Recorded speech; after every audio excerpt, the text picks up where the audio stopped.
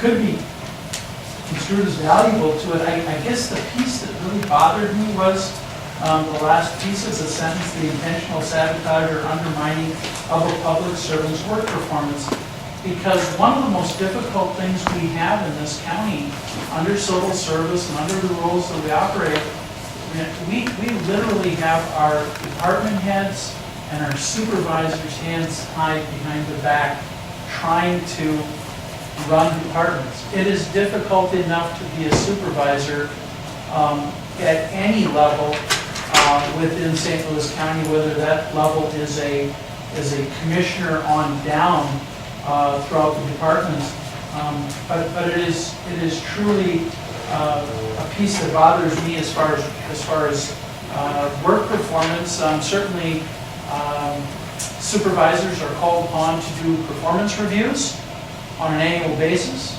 And you know, could one of those supervisors be accused of intentionally trying to sabotage or undermine that employee's work performance based on a poor performance review? Based on several poor performance reviews, even though, you know, that may be their assessment, and then you put it in a policy like this, I think you're creating some significant legal questions. I would also like to ask, Attorney Ford, have you seen this?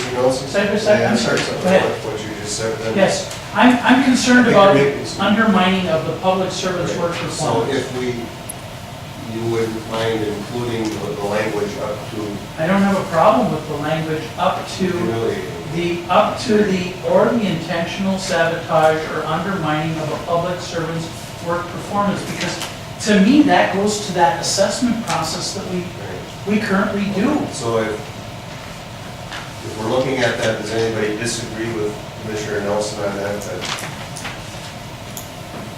Why we can make a note of that then? That's good. You had a question for the attorney. And the other note is, please, Mr. Chair, if you would, on the top of the organizational chart should be the people of St. Louis County, and each and every one of us as elected officials.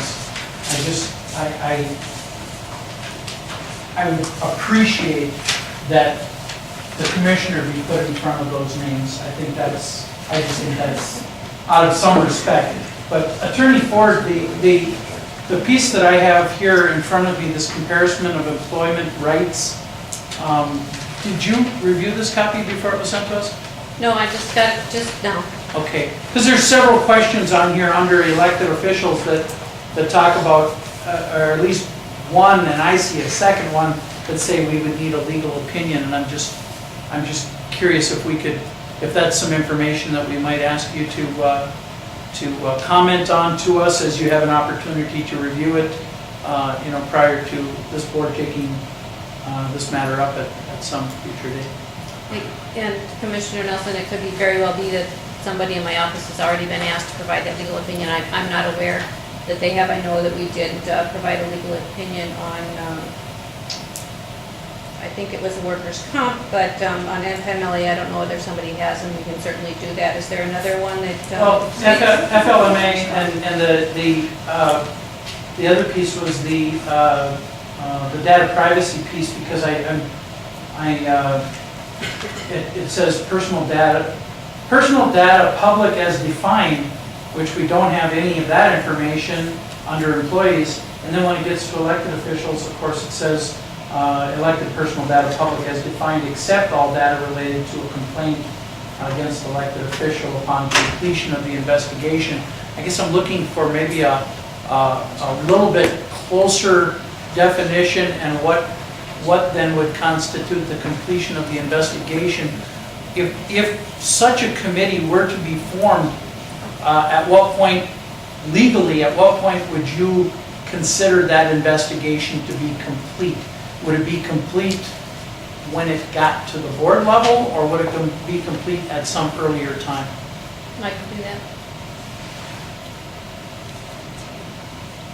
She's going to define some of these things for us as we move forward with this. Commissioner Ryder. Yeah, just a comment.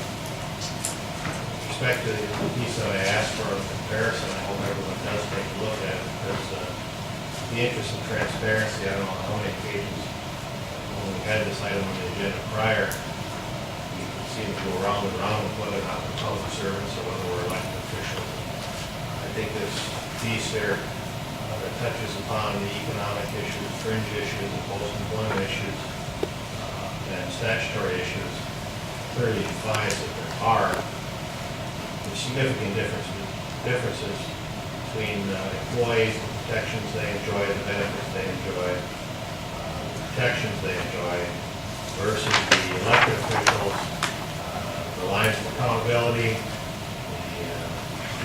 the absence of data privacy, the post-retirement issues, post-employment issues, a whole host of issues that truly